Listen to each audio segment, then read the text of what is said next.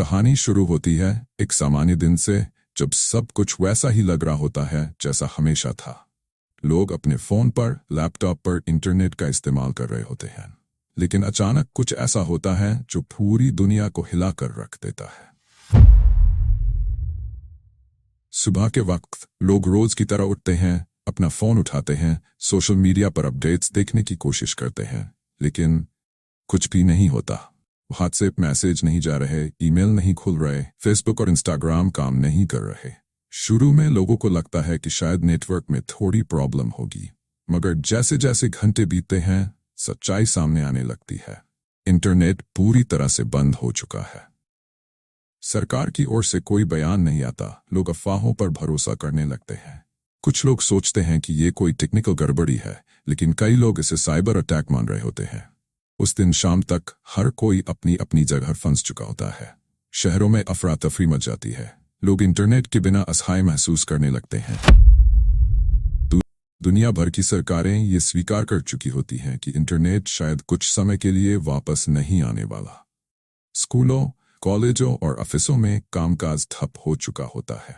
लोगों को अब ये एहसास हो रहा होता है कि उन्होंने इंटरनेट पर कितना निर्भर होकर जीना शुरू कर दिया था। इस बीच कुछ लोग वापस पुराने तरीकों पर लौटने की कोशिश कर रहे हैं। अखबारों का चलन फिर से बढ़ने लगा है।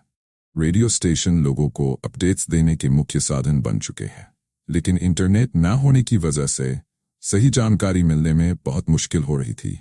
गलत सूचनाएं और अफवाहें आग की तरह फैल रही हैं। हजारों लोग सड़कों पर उतरकर विरोध प्रदर्शन करने लगते हैं, क्योंकि सरकार इस मसले पर चुप्पी साधे हुए है। 10वें दिन हालात काबू से बाहर होने लगते हैं।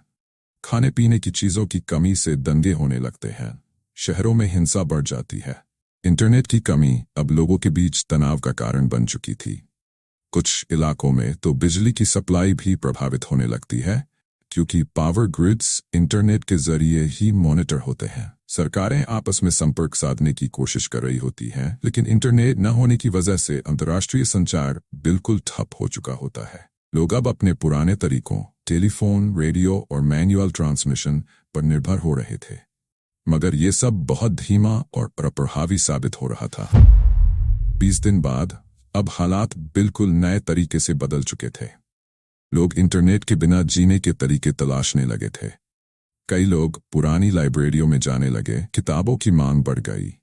स्कूलों में पुराने तरीके से पढ़ाई शुरू हो गई, ब्लैक बोर्ड और किताबों के जरिए। बिजनेस भी पुराने सिस्टम पर वापस लौटने की कोशिश कर रहे थे। मैनुअल अकाउंटिंग और पेपर वर्क पर निर्भर हो रहे थे। एक नई दुनिया आकार ले रही थी, जहां लोग तकनीक से कटे हुए थे, लेकिन साथ ही लोग एक नई तरह की स्वतंत्रता भी महसूस कर रहे थे।